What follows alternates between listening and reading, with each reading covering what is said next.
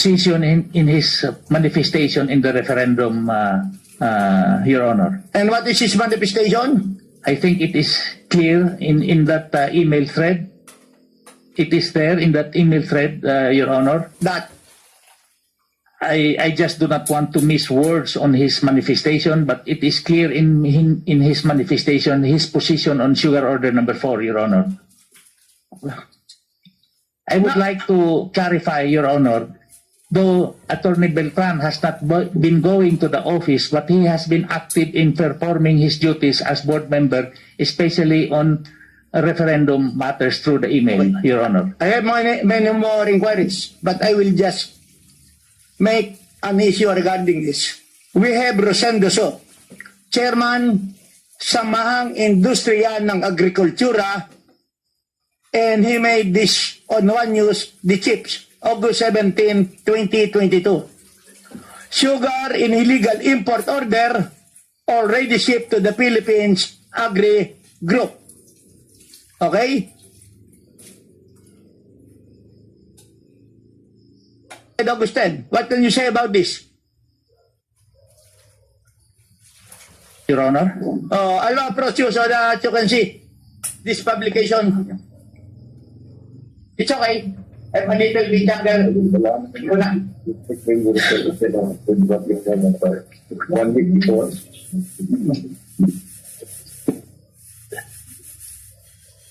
Dumating na daw na shipment and then SO4 1 week before approval.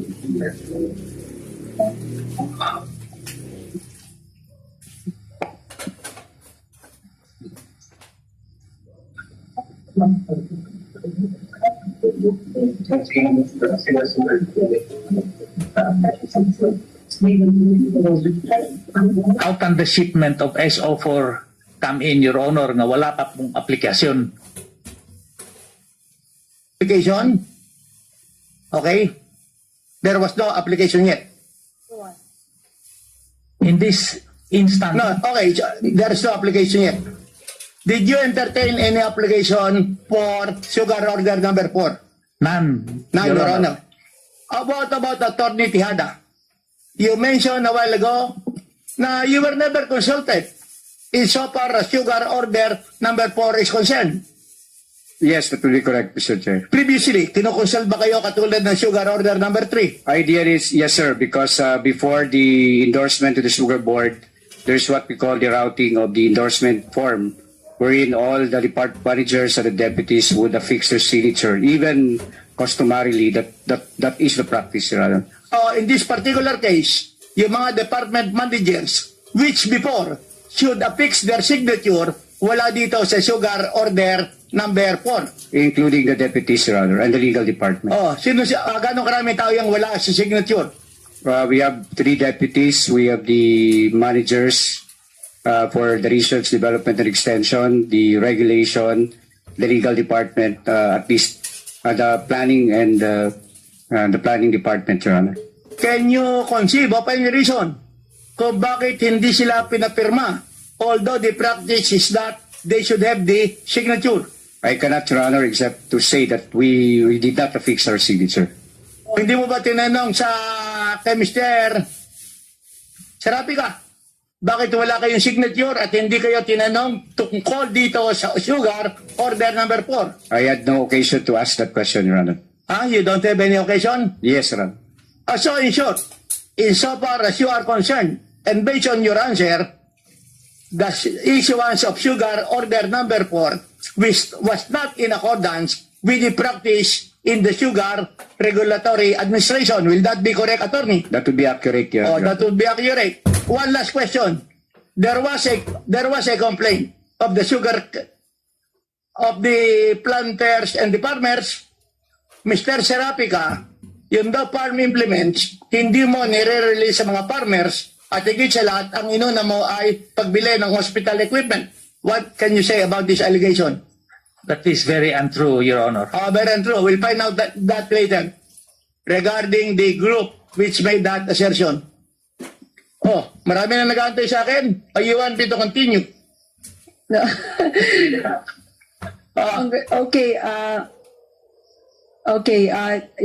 Maybe because, okay, question lang po. Opo, Mr. Serafica and former Yusek Sebastian, pag nagpapatawag po ba kayo ng board meeting, sino po ba talaga ang dapat magpatawag ng board meeting?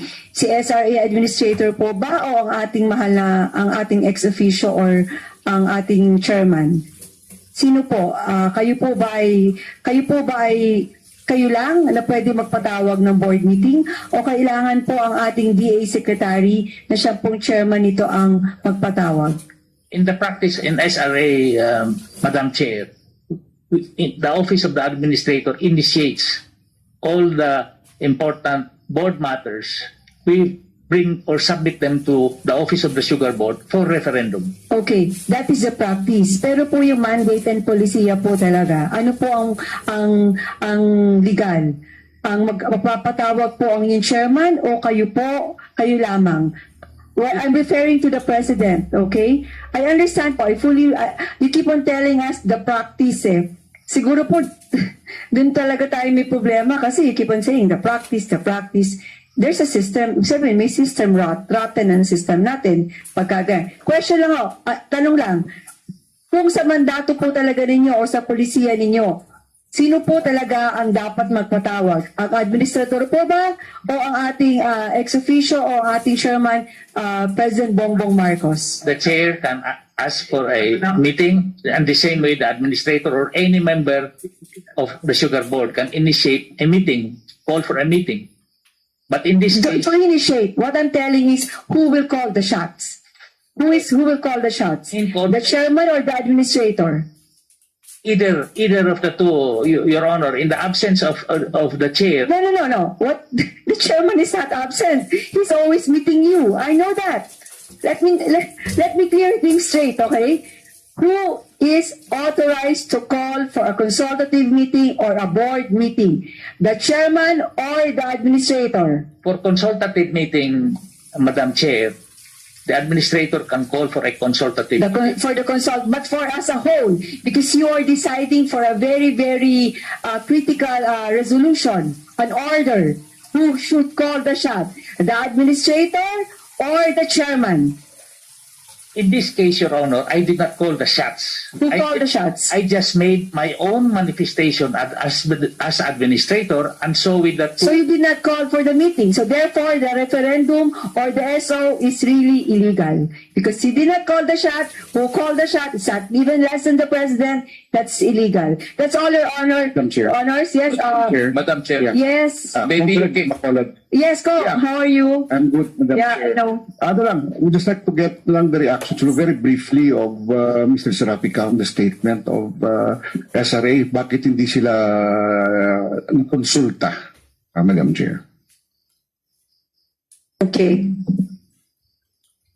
Kasi parang hindi na humama ang gusto lang naman natin malaman kung illegal ba itong referendum na to o SO4 na ito, regardless na po kung nakonsulta sila. Kasi alam niyo po, bago po sumalang yung chairman dito po sa committee hearing na ito, talagang inaral ko ito dahil ayoko pong humarap sa inyong lahat na wala po kaming alam.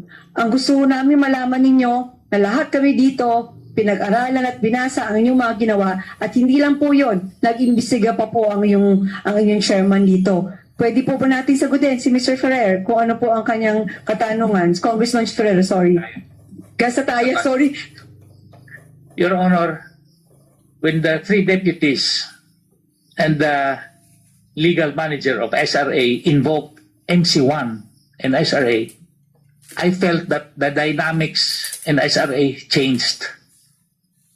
And so in this case, that we will be submitting an importation plan to the President, I felt it was strictly confidential.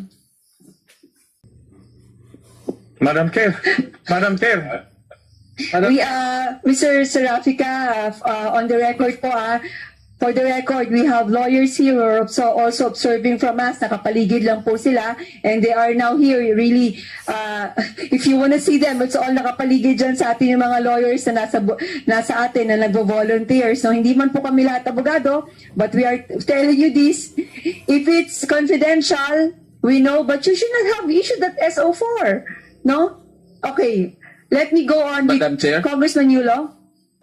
To clarify the matter on who can call a meeting, the SRA has the Manual of Corporate Governance, specifically Section 13 thereof. And I would like to read into the records, paragraph A thereof, Chairman of the Board. Number 1, preside over all board meetings. Number 3, call meetings to the board secretary to enable the board to perform the duties and responsibilities. Okay, thank you so much, Congressman Yulo. You're very helpful to us. Thank you so much. Okay, we'd like now to acknowledge Congressman, our Vice Chair, Congressman Rodante Marcoleta.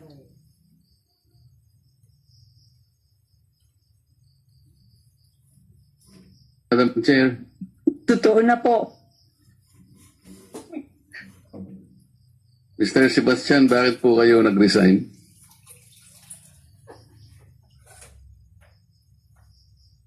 Mr. Chair, when the President disapproved the SO4, I decided for delicadeza to resign to spare the President the controversy that is arising because of that approval, Mr. President, Mr. Chair.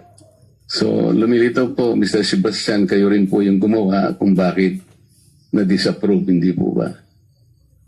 Kasi hindi nyo siguro hiniling sa kanya na makapag-import kayo formally and legally. Hindi alam ng Pangulo, nagdesisyon po kayo na mag-import ng 300 metric tons. Hindi pala alam ng Pangulo sa makatwid, kayo rin po ang gumawa ng dahilan kung bakit kayo nag-resign. Tama po ba? I misread the intention of the President, Mr. Chair. If I will be allowed to explain, Mr. Chair. Mr. Sebastian, how is it possible that you can misread the intention of the President? He is the chairman of the SRA. On July 29 this year, I know that you had requested for a guideline to reclassify sea sugar to be sugar. And for the simple reason of asking a reclassification, you ask a guideline from the President. Guidance, yes, Mr. Guidance.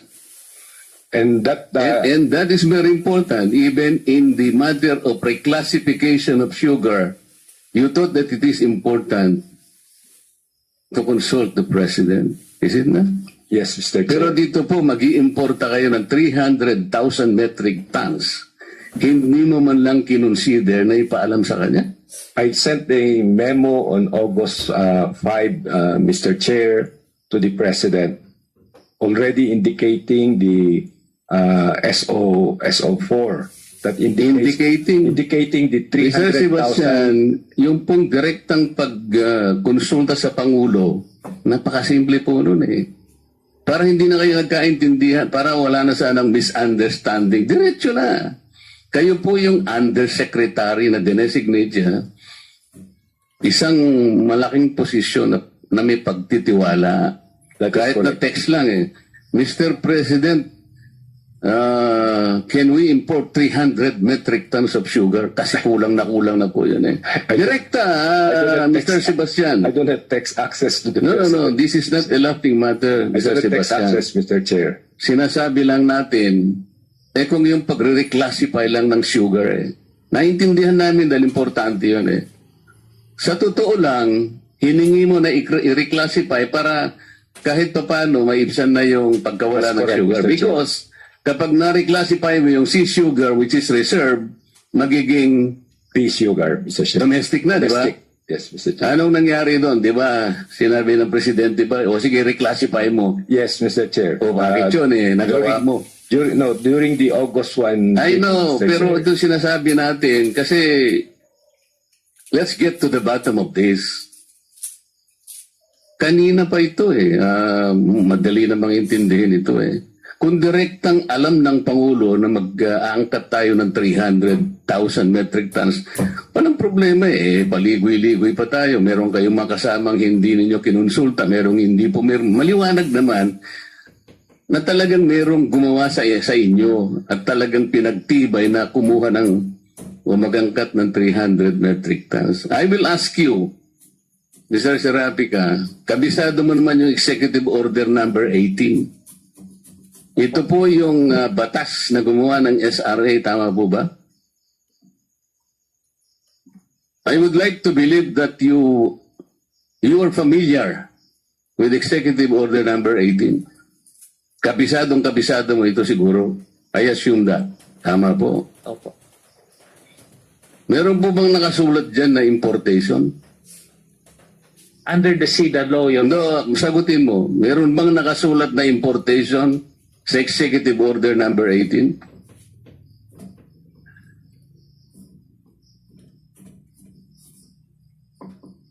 Salitang importation, meron po bang nakasulat? Wala po, Your Honor. Wala, di ba?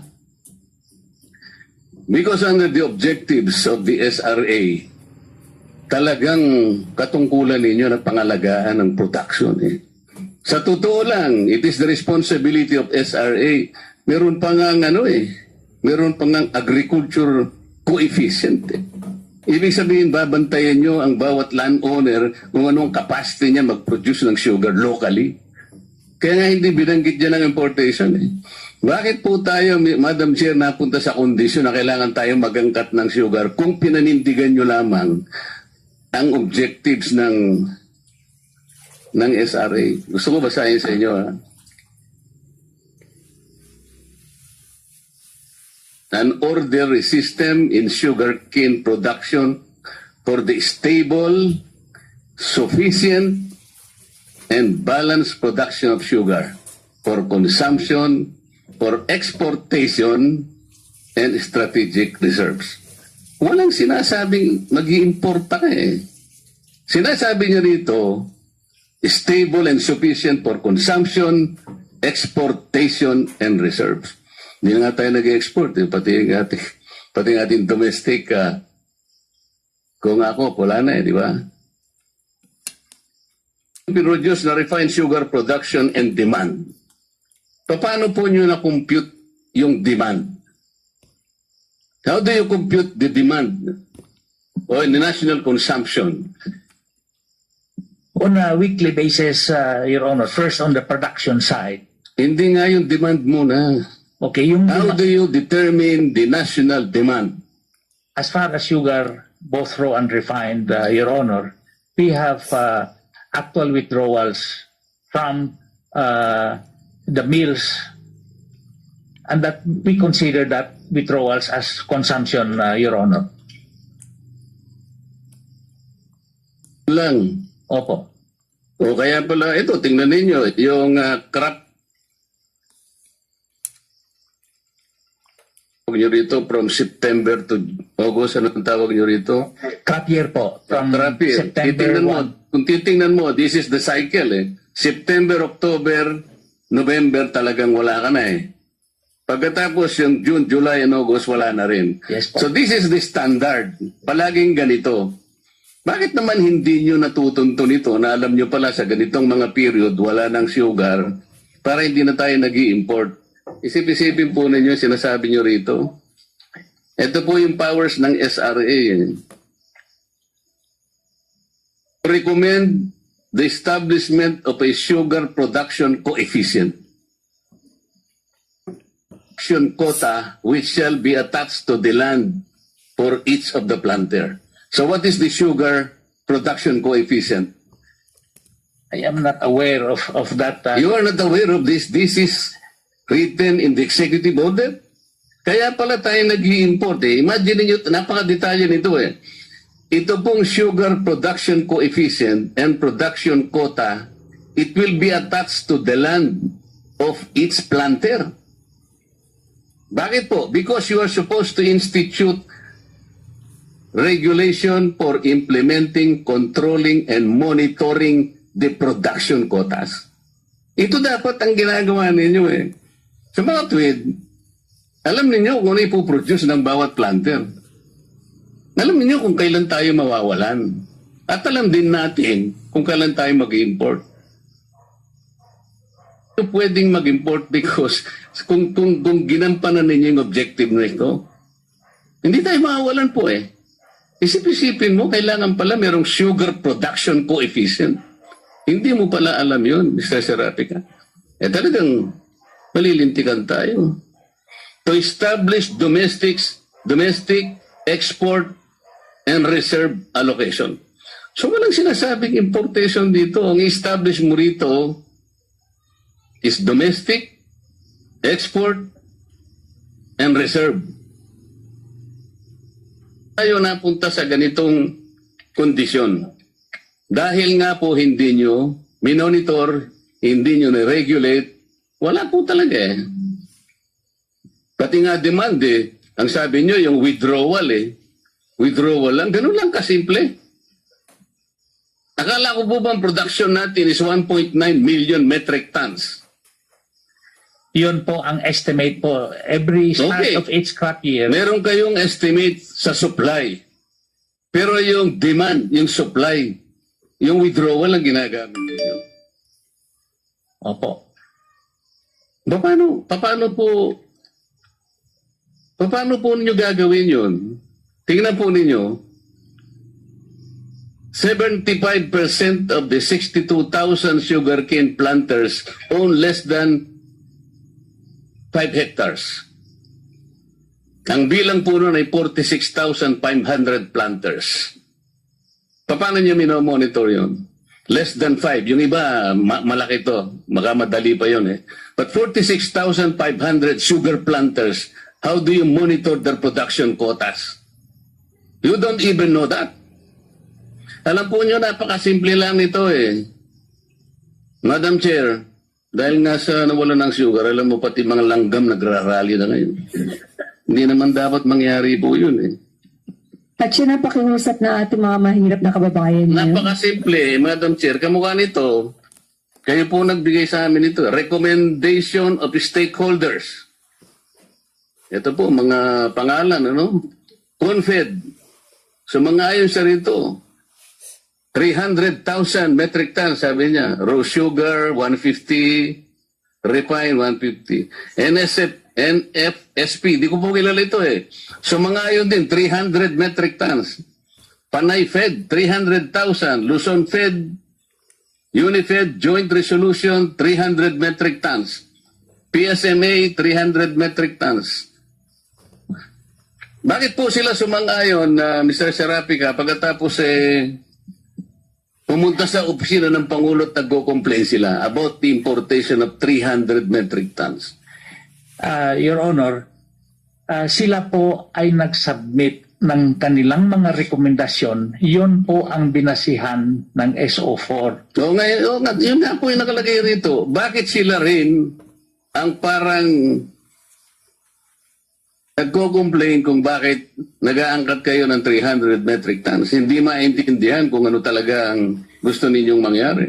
Hindi ko po alam yan, Your Honor. Nakaka po pa meron po kayo consultation? Yes po, itong mga nagpadala sa SRA ng kanilang mga rekomendasyon, yan po, written recommendation to the SRA.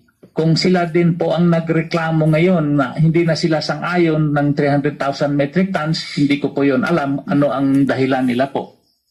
Kaya po, masyadong magulo ang ating SRA. Pati po yung inyong board. Meron kayong representative ng millers, meron kayong representative ng planters, pero wala kayong representative ng consumer. Tama po po? Kaya po ang palaging tinatamaan dito yung consumer dahil hindi po ninyo natatanong. Hindi nyo nakukonsulta yung consumer. Basta kawawa ang consumer dito. Hindi ngayon alam ng consumer na kayo pala ang dapat na magmalasakit sa production side pa lang. Imo-monitor pala ninyo every planter. Imagine ninyo, hindi nyo pala alam ang sarili ninyong batas. That you will have to assign sugar coefficient production. Para ngayon nakikita ninyo kung mawawalan tayo o hindi. Pa nga po rito, Mr. Serafica,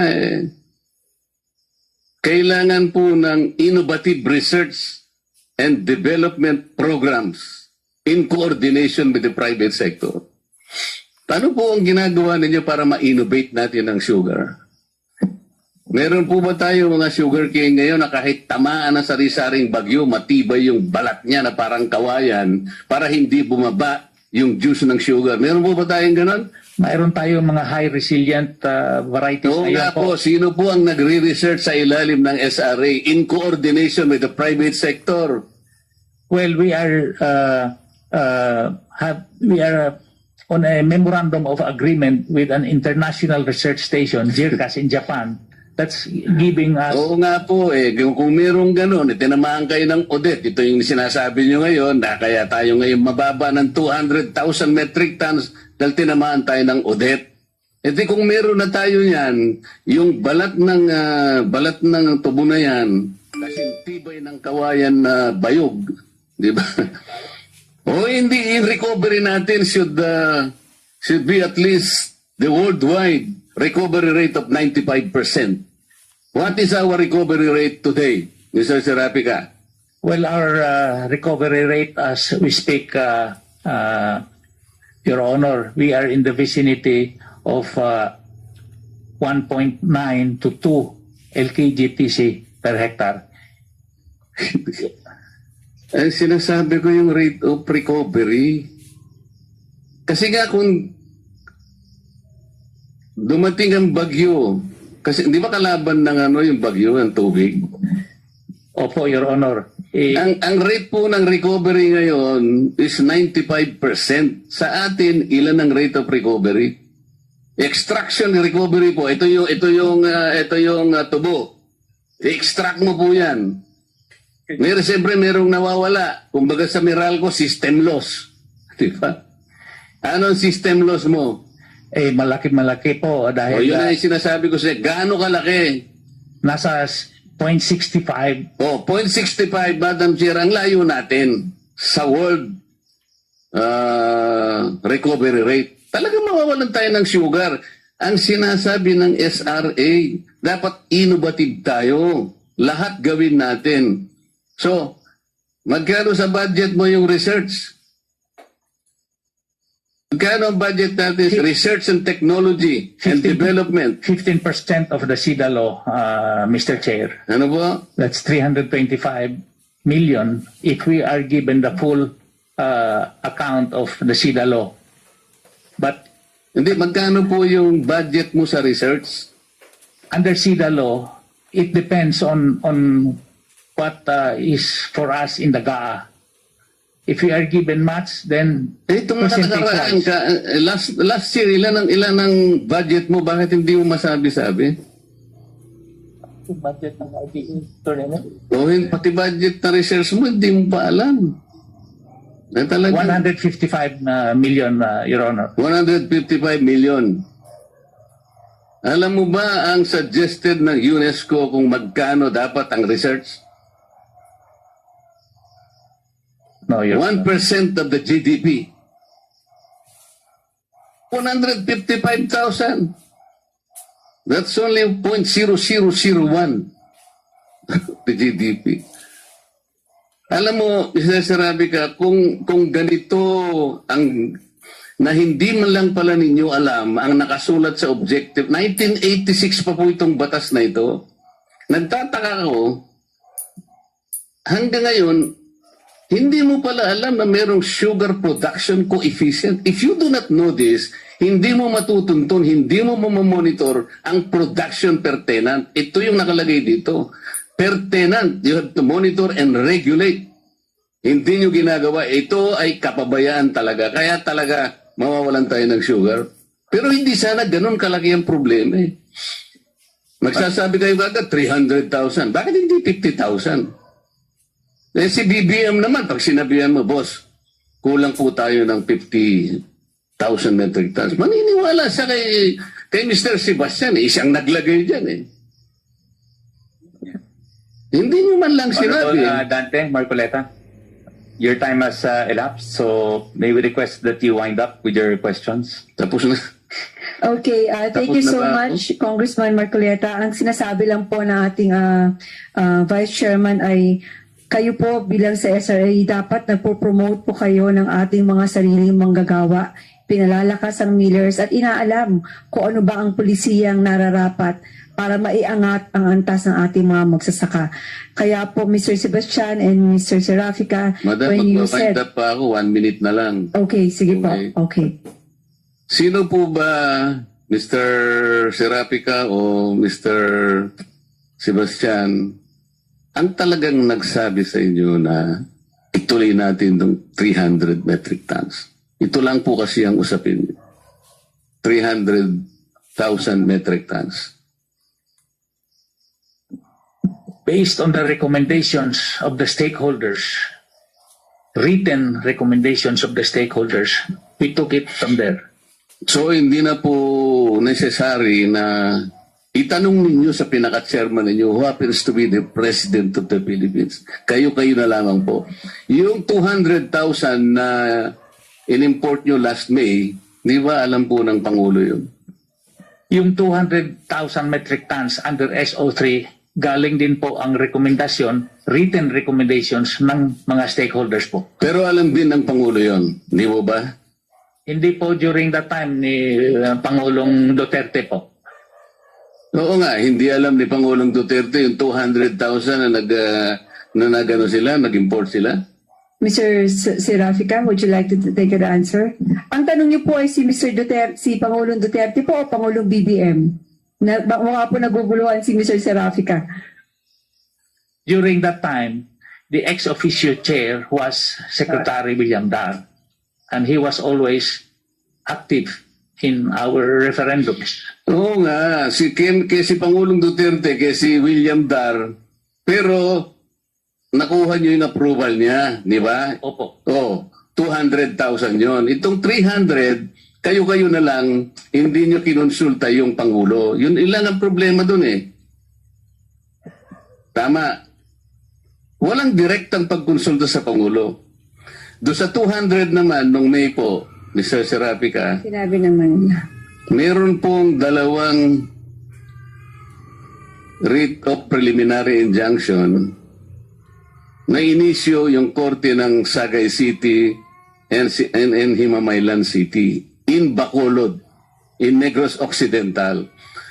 But despite this the effectivity of the two preliminary injunction order, nagtuloy pa rin po kayo. Po. GCC na yung restrictions ng TRO hanggang doon lang po sa Region 6. So kaya nga po pinatuloy namin ito sa Quezon City yung pag-accept ng application po. Ang ibig po ninyong sabihin, Mr. Serafica, the Office of the Government Corporate Counsel can defy the order of the trial courts. Mas marunong pa po ba yung OGCC sa trial courts? Niwala po kayo sa OGCC kaysa korte. Hindi po ninyo iginalang yung dalawang existing writ of preliminary injunction. Nagtuloy pa rin kayo. Parang ang nangyayari, Madam Chair, talagang enthusiastic. Bakit napaka-excited? Salamat po, ma'am. Ay, sir. Bakit po kayo excited? Di mo ba niya naisip na, teka muna, meron pong preliminary injunction. Mahirap po ito, nakakahiya po ito na itutuloy natin. Ngayon po, wala pa pong basbasang Pangulo. Itutuloy nyo sana eh. Ito po ay nakakaligalig na po, Madam Chair. Salamat po. Your Honor, just quickly, on the TRO, when the TRO was issued, we automatically issued a memo circular advising all that the application shall be deferred because of the two TROs. Serafica, iba yung TRO sa preliminary injunction. Alam ko yung TRO, na-extend pa nga yun ng 17 days eh. Pero pagkatapos ng TRO, dalawang preliminary injunction ang inisyo ng korte. And sabi nila, it should be made effective until further notice from these courts. Pero tumuloy kayo. Thank you so much, Congressman, Vice Chairman, Congressman Dante Marcoleta, for that interpellation. I agree with you that SRA have not supported the policies and the interest of all among farmers because of these misdoings.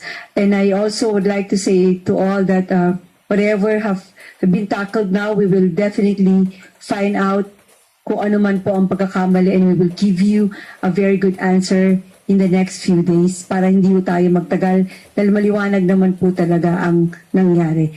This referendum is illegal, and this stakeholders meeting that you called on is also not authorized by the chairman, who happens to be the president. And if ever you have pressures coming from the stakeholders, I don't think so that that's just the reason. There are other reasons. So now I'd like to call